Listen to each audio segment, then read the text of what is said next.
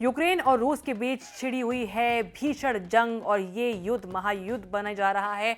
ऐसे में नेटो, ये जो एक नाम है, ये जो शब्द है, ये काफ़ी ज़्यादा इस पर चर्चा हो रही है।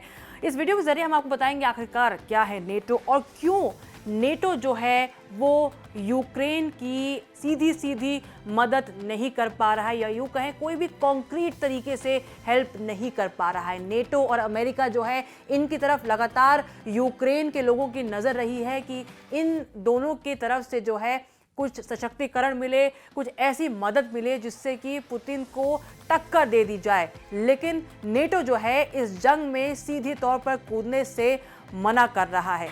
क्या है ये वजह जो कि नेटो मना कर रहा है इस जंग में अपने सैनिकों को भेजने के लिए, और क्या प्रॉब्लम है रूस को, या यूं कहें पुतिन को नेटो क्यों नहीं पसंद है? आइए समझते हैं। हम यूक्रेन नहीं जा रहे, ना जमीन पर ना हवाई क्षेत्र में, ये बयान था नेटो महासचिव स्टोल्टनबर्ग का। नेटो लगातार कहता आया है कि वो यूक्रेन के समर्थन में है, मगर वो यूक्रेन की धरती पर अपने सैनिक नहीं उतार सकता। साथ ही अब यूक्रेन की तरफ से लगातार की जा रही नो फ्लाइंग जोन की मांग को भी उसने ठुकरा दिया है। इसके चलते जेलेंस्की, जो अभी तक नेटो की सदस्यता पाने के लिए तत्पर थे, वो इस संगठन से बेहद नाराज है और उनका गुस्सा उनके ताजा बयान में देखने को मिलता है। जी हाँ, जेलेंस्की ने यूक्रेन को नो फ्लाइंग जोन से बाहर करने के नेटो के फैसले की निंदा की है। ये वही नेटो है जिसके साथ यूक्रेन के संबंधों को रूस ने इस जंग की जड़ बताया है।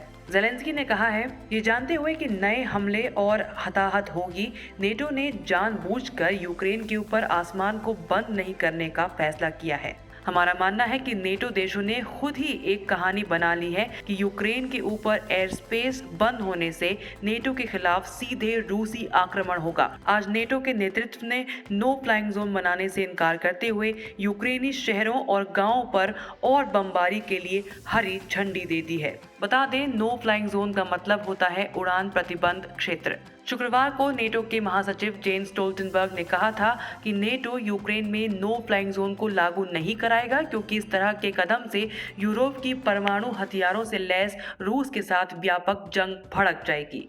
उन्होंने कहा कि उड़ान प्रतिबंध क्षेत्र लागू करने का सिर्फ एक ही तरीका है, और ये है कि नेटो यूक्रेन के हवाई क्षेत्र में अपने लड़ाकू विमान भेजे और रूस के विमानों को मार गिराकर उड़ान प्रतिबंधित क्षेत्र लागू करे। उन्होंने आगे कहा कि सहयोगी देशों का मानना है कि अगर यूक्रेन के हवाई क्षेत्र में अपने लड़ाकू विमान भेजे जाएंगे तो इससे यूरोप में युद्ध छिड़ जाएगा और भी भयंकर युद्ध छिड़ जाएगा। आपको बता दें कि यूक्रेन के राष्ट्रपति वोलोदिमीर जेलेंस्की ने पश्चिमी देशों से अपील की थी कि वो उनके देश में उड़ान प्रतिबंधित क्षेत्र लागू कराएं।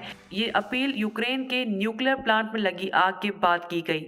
इससे पहले भी यूक्रेन की तरफ से इसकी मांग की गई है, लेकिन नेटो इससे अपना पल्ला झाड़ता रहा है। नेटो ने यूक्रेन को आर्थिक और हथियारों की मदद का तो ऐलान किया है, लेकिन वहां अपनी सेना भेजने से वो हमेशा इनकार करता रहा है। हालांकि उसने अपने सदस्य देशों में सैनिकों की तैनाती को बढ़ा दिया है।